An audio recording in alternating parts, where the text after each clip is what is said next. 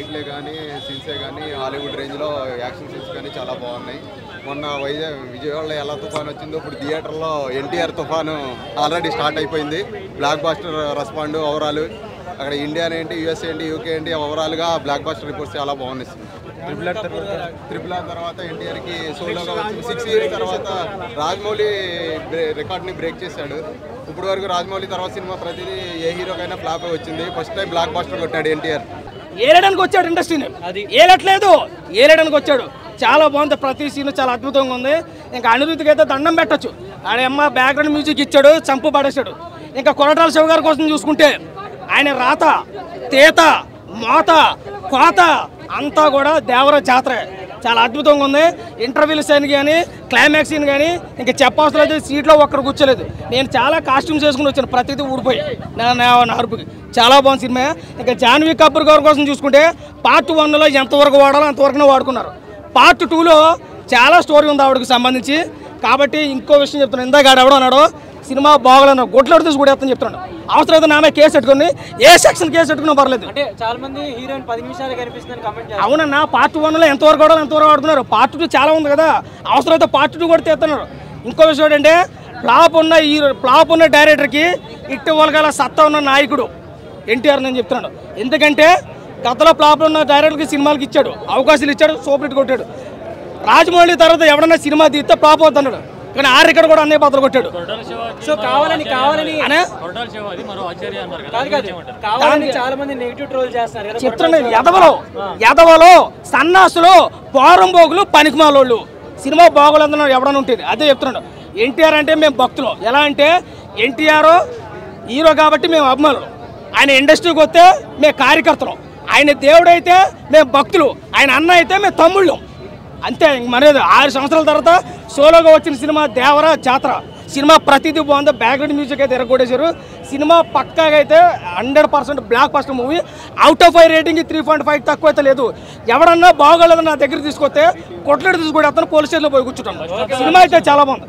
First half బాగుంది, second half కొంచెం minus అని అన్నా కానీ బ్యాక్గ్రౌండ్ మ్యూజిక్తో సినిమా అయితే చక్క పెట్టేశారు. సినిమా చాలా బాగుంది. Thank you so much. మాత్రం చాలా ఊపు వస్తుంది. అంటే సినిమా ఒక డిఫరెంట్ సినిమా, మీకు ఎక్కడ కూడా బోరింగ్ అనేది ఉండదు. అంటే స్టార్టింగ్లో వచ్చి యాక్టింగ్ కానీ ఆ డ్యాన్స్ కానీ మళ్ళీ తగ్గకుండా మళ్ళీ ఒక జూనియర్ ఎన్టీఆర్ ఏందో మళ్ళీ నిరూపించుకున్నాడు యాక్టింగ్లో. చెప్పండి, ఫైట్స్ ఒక్కొక్క ఫైట్ చూసినా మాత్రం మైండ్ బ్లో అయిపోతుంది. చాలా బాగుంది. ఇంకోటి హీరోయిన్ కూడా కొత్తగా చేసిరు. మళ్ళీ సైఫ్ అలీ ఖాన్ ఫైట్స్ కానీ ఫస్ట్ ఫైట్ ఉంటుంది ఇద్దరిది, మన జూనియర్ అంటే ఫస్ట్ వాళ్ళ daddy fight, solo fight Saif Ali ఖాన్ది. ఆ ఫైట్స్ మాత్రం చాలా బాగుంది. ఒక కొత్తగా తీసిండు, ఒక డిఫరెంట్గా ఉంది. అంటే ఇప్పటిదాకా మనం ఎన్టీఆర్ని మనం చూడలేము ఇట్లా.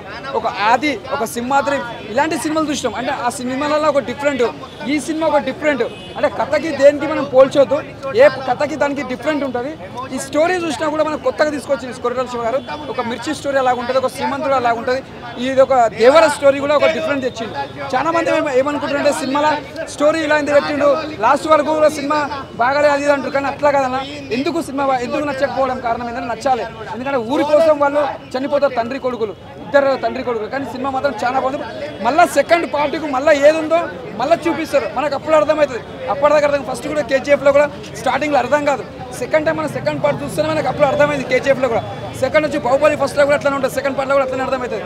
సినిమా సెకండ్ పార్ట్ వచ్చినాక జూనియర్ ఎన్టీఆర్ది మనకు అర్థమవుతుంది. అప్పటిదాకా అర్థం కాదు. సినిమా మాత్రం చాలా బాగుంది.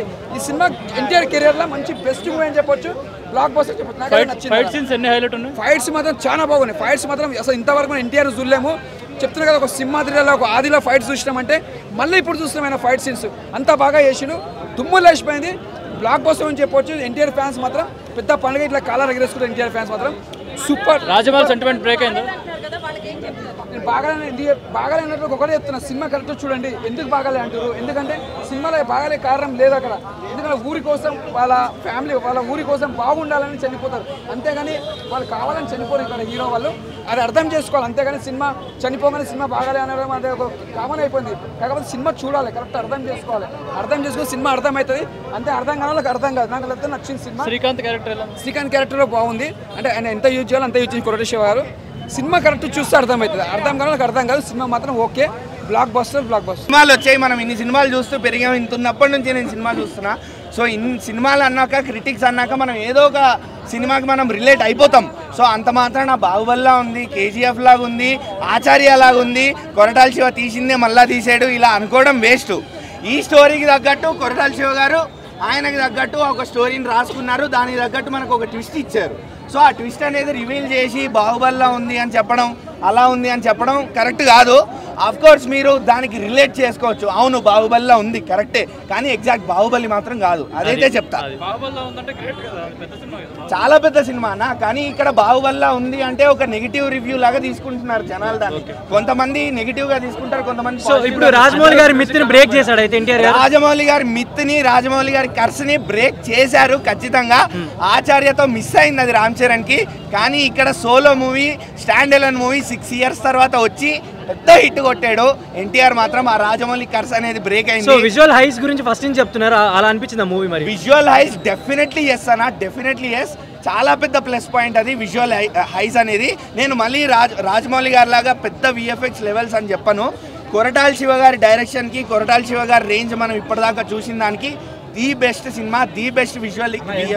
చాలా మంది డ్యాన్స్ మాత్రం ఖచ్చితంగా ఉందన్న. ఆఫ్ కోర్స్ ఒక సాంగ్ తీసేశారు, అది ఇప్పటికే మనం ఇన్స్టాలో సోషల్ మీడియాలో చూస్తున్నాము.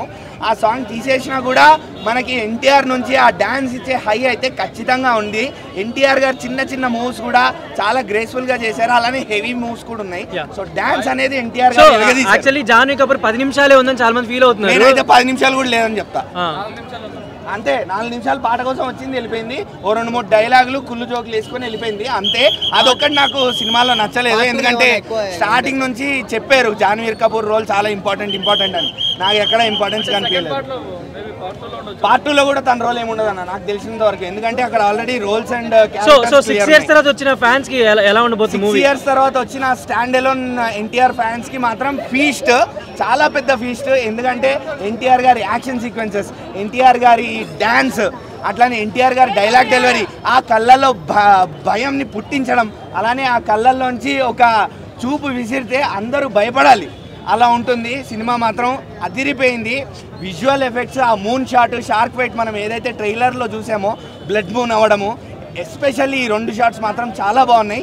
Pre interval fight scenes, pre climax fight scenes మూవీకి మాత్రం స్టాండ్ అవుట్ అవుతాయి, హైగా నిలిచిపోతాయి. ఇవి మాత్రం టైటిల్ గా డిఫరెంట్ గా ఉంది. అంటే మనకి దేవరా మూవీలో ఏదైతే వెపన్స్ యూజ్ చేశారో ఆ వెపన్స్ తో మనకి టైటిల్ గారు పడింది. అలానే సముద్రం చుట్టూ